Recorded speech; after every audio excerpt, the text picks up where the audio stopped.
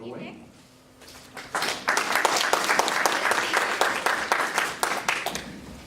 It's always a great way to start the year, right? Yeah. Going back to where you started. Let's see if I can make this work. It's always a good little show for you guys. I'm good. Okay. Thank you.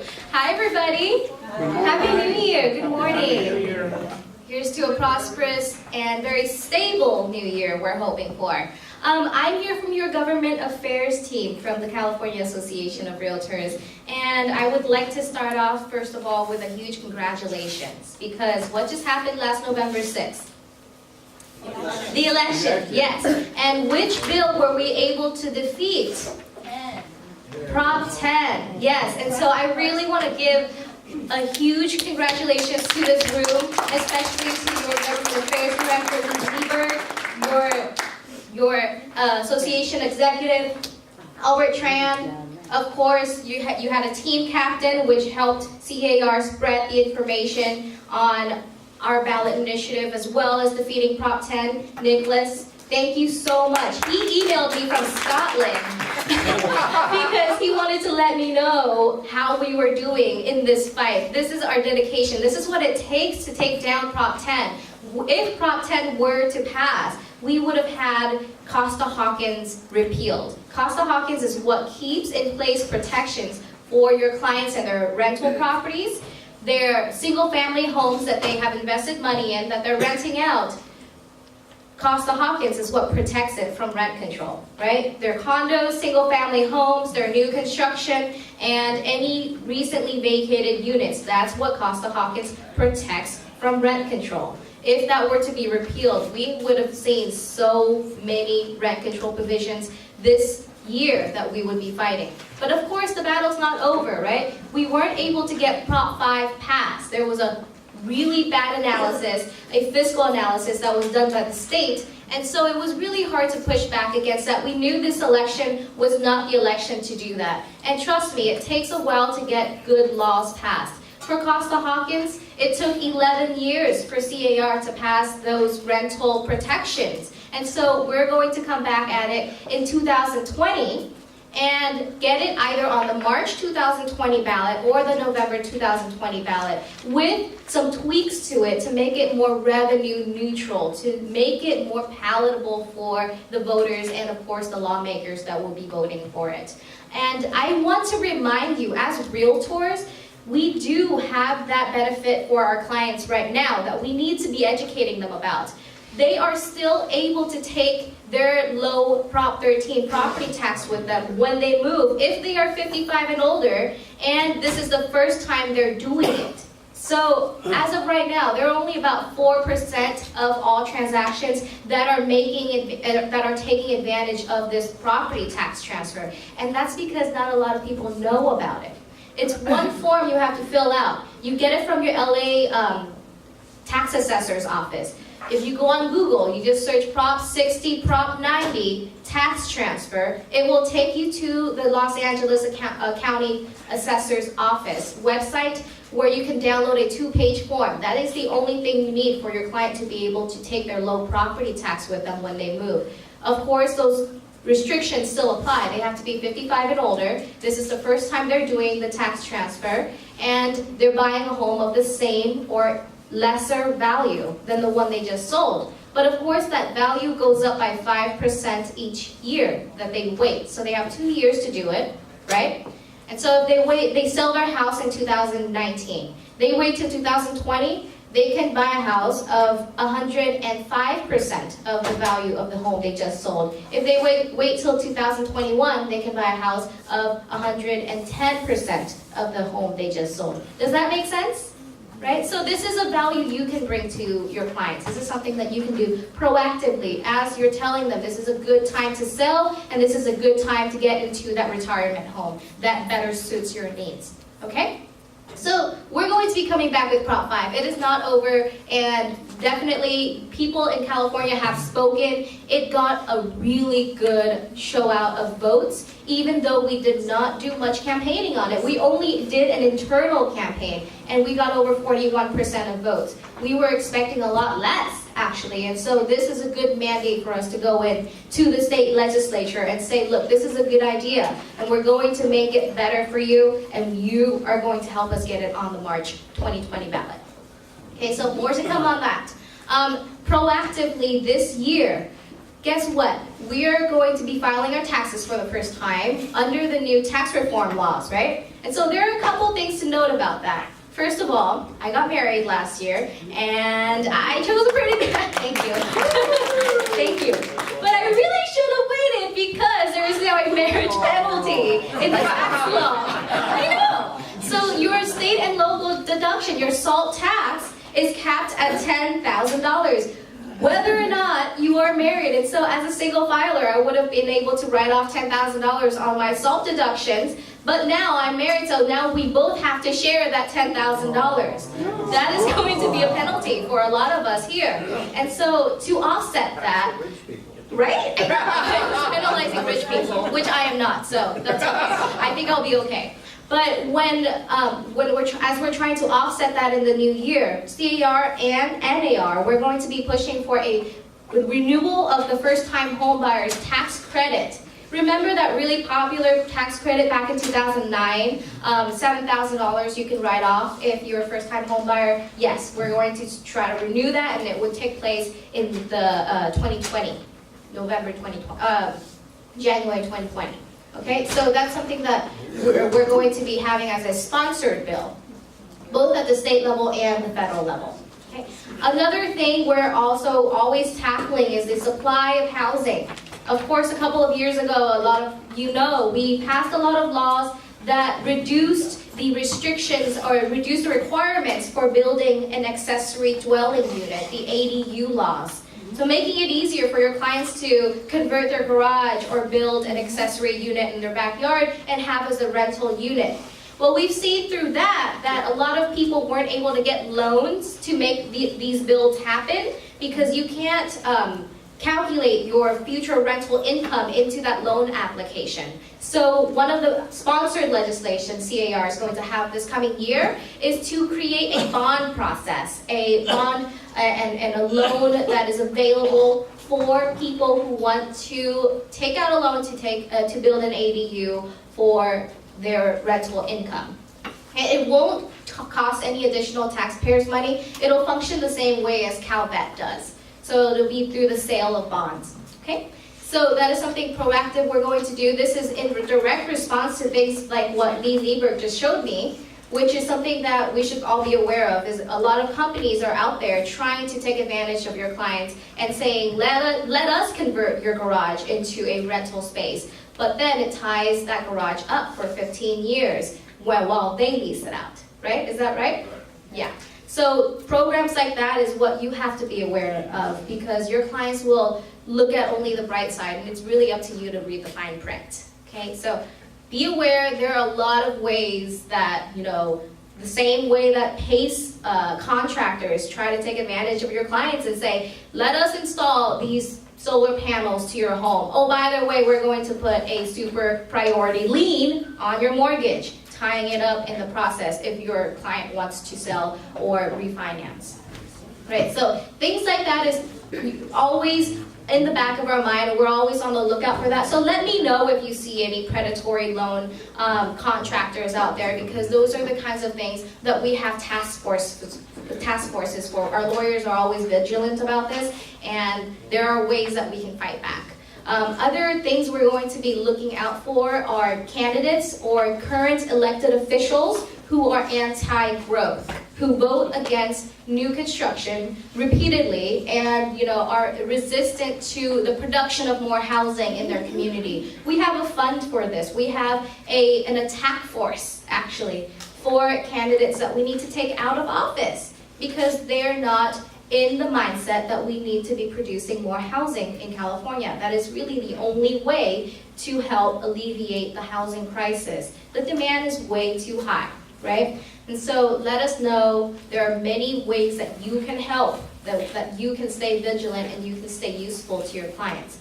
Of course, if you are not a legislative liaison, please give me your business card. I will make sure that you're receiving our monthly newsletter from me, letting you know what bills we're fighting, what bills we're working on, and how you can help your clients be better. Also, back to the tax law, I forgot to mention, making sure you guys know, realtors in California are now redefined, or there's confirmed you guys are all independent contractors. Yeah. Yes. And with that, you get an additional 20% write-off on your taxes if you make lower than 157.5. Okay, that's doubled if you're married. So I guess that offsets the marriage penalty on the tax side, on the federal side. So give and take. You know, there are a lot of things that are coming this year that we're going to fight as well. Service taxes are coming back. I know that there is a state senator who wants to reintroduce the foundation for a tax on all services. So that's something we would have to fight both at the legislative level, and if he gets it on the ballot, we will need the RAF, the Realtor Action Fund, to educate and fight it at the ballot box. And that is our political fund, to make sure we're all aware. My salary doesn't come from the Realtor Action Fund. The Realtor Action Fund only helps with the political stuff. So things like defeating Prop 10, things like defeating service taxes if it goes to the ballot, that is what the Realtor Action Fund is for, and it is only funded by our members and by CAR staff too, because I realized I could contribute to it. So of course I had to. And it's a once a year contribution, and so if you need to renew for 2019, you have pledge forms on your table, and you know the introductory level is $20. For 2019, you need to make that contribution just to make sure that we have the fund going into this new year to fight things like service taxes, to fight things like predatory loans, and making sure that your clients are able to buy and sell their houses when they need to, making sure that we have candidates and elected officials that are pro-growth, that know that we need to be producing more housing. And so that's what the Realtor Action Fund is for. Please utilize your pledge forms. You can even do it in payments.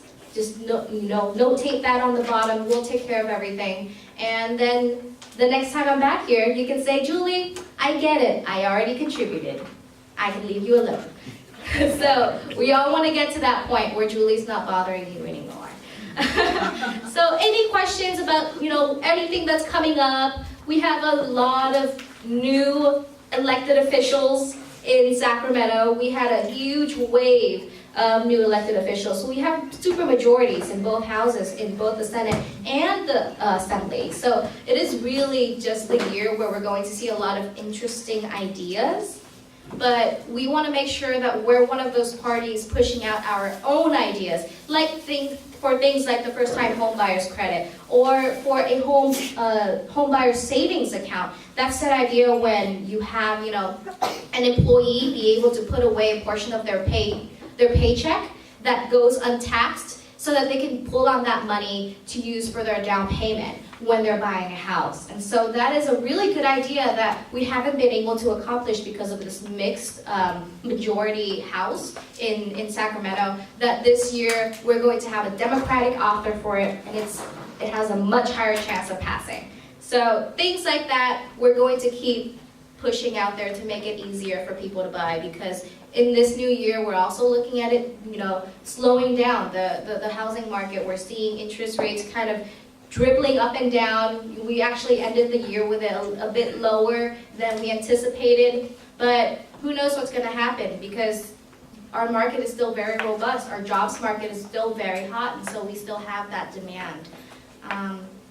So it really is important to stay really active and educated. Okay? Any questions? Well, I hope you all have a fantastic... Oh, yes, sir.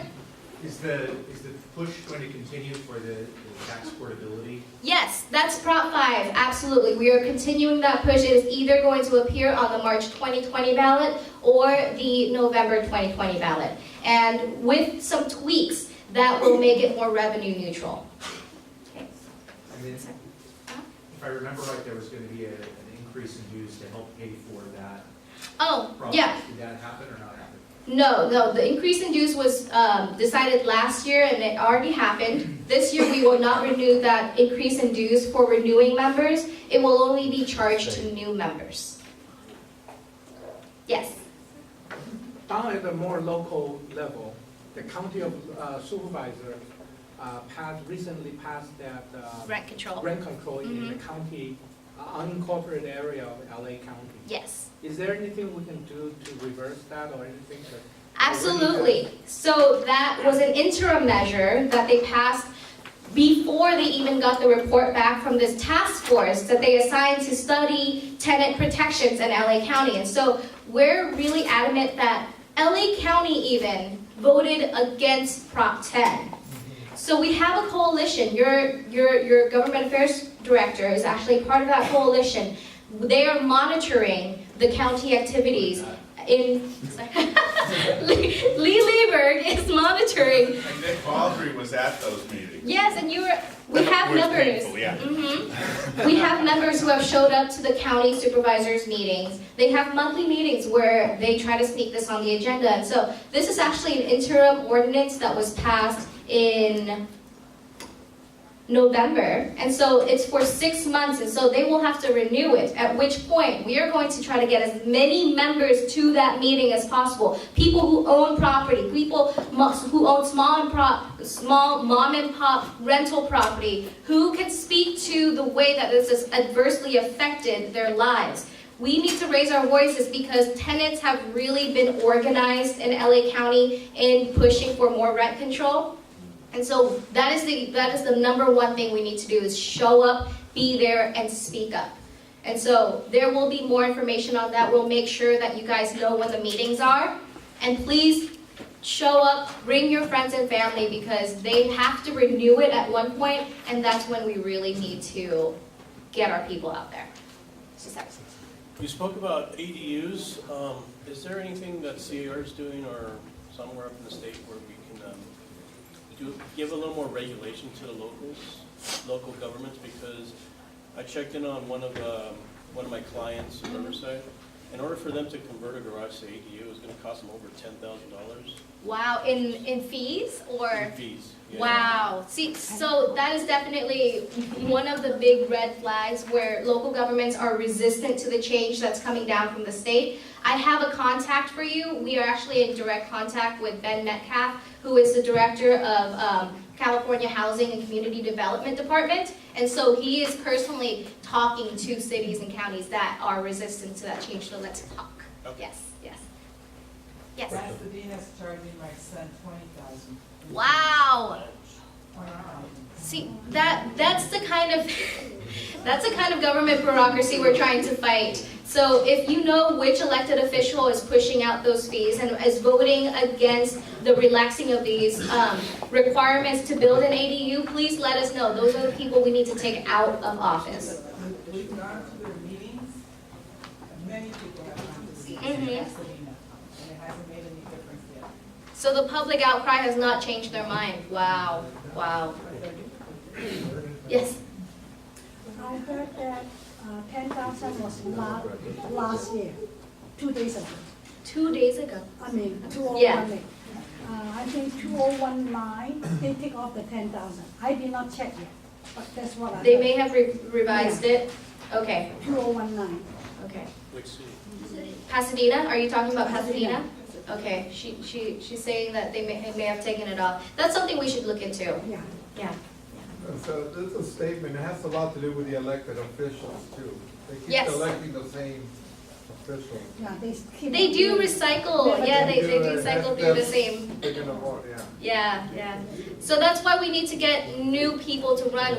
If you know, of course, realtors are the best people to be able to run for office because you guys speak to the community. You guys are out there. You know what actually happens, and you have this base of support already. And so if anyone is thinking about running for office, even at the city council level, talk to me. We have candidate school programs available to make sure you know what you're doing and you know your way around fundraising and things like that. And so there are a lot of ways for you to become involved, even more so outside of your association. Okay? So we always encourage that. We need good people out there. Anyone else? Well, thank you so much for your time and have a happy, prosperous new year.